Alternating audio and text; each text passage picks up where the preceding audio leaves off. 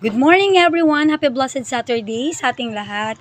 And syempre nakapagluto again sa aling maliit ng almusal. So yan guys, ito na yung ating spaghetti. Ayan, medyo na ano lang guys, nakalimutan, 'di ba? Medyo lumaamano siya, pero kaya pa naman, hindi naman sobrang lata, 'di ba? So pwede pa. Ayan. So ito yung ating pansit. Ayan guys. Ayan. So talagang ano pa yan guys, umuusok-usok pa yan. Lalo naman yung ating spaghetti na talagang kakahaon lang yan guys. Ayan, umuusok pa talaga. 'Di ba? And syempre, yung ating sopas. Ito na lang guys yung ating sopas. Ayan. And syempre yung ating champurrado. Ayan. Ayan guys. Ayan guys. So, ayan. So, yung palabok natin guys is lulutuin ko pa. Ayan. So, ayan guys, naluto natin yung palabok, 'di ba? So, nagmukha tuloy siyang spaghetti guys kasi nasobrahan sa aswete, 'di ba? Pero no worries naman yan guys kasi ang gamit ko ay aswete. Ayan na siya guys.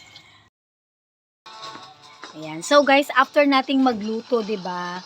Dahil tapos na tayong magluto at gumising na ng maaga yung aking baby. Ayan, so pinapakain ko po siya ng champurrado. Ayan. So, while kumakain po yan guys, nanonood.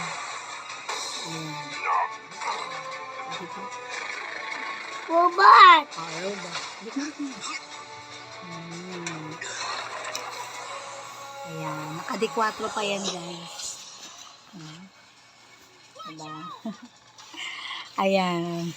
So, kaya mga mamshi out there, 'di ba? So, sa mga pwede naman at kaya naman, 'di ba? Na gawin din to while nasa bahay kayo.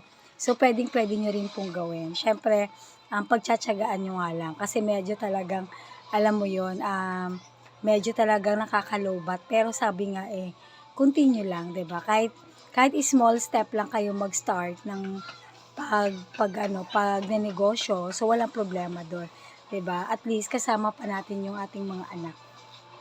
Ayan. So, thank you so much guys for watching and hopefully kahit papano na-inspired ka. Kung bukal sa iyong kalooban is follow and share na lang din po. Thank you so much guys for watching. Love you.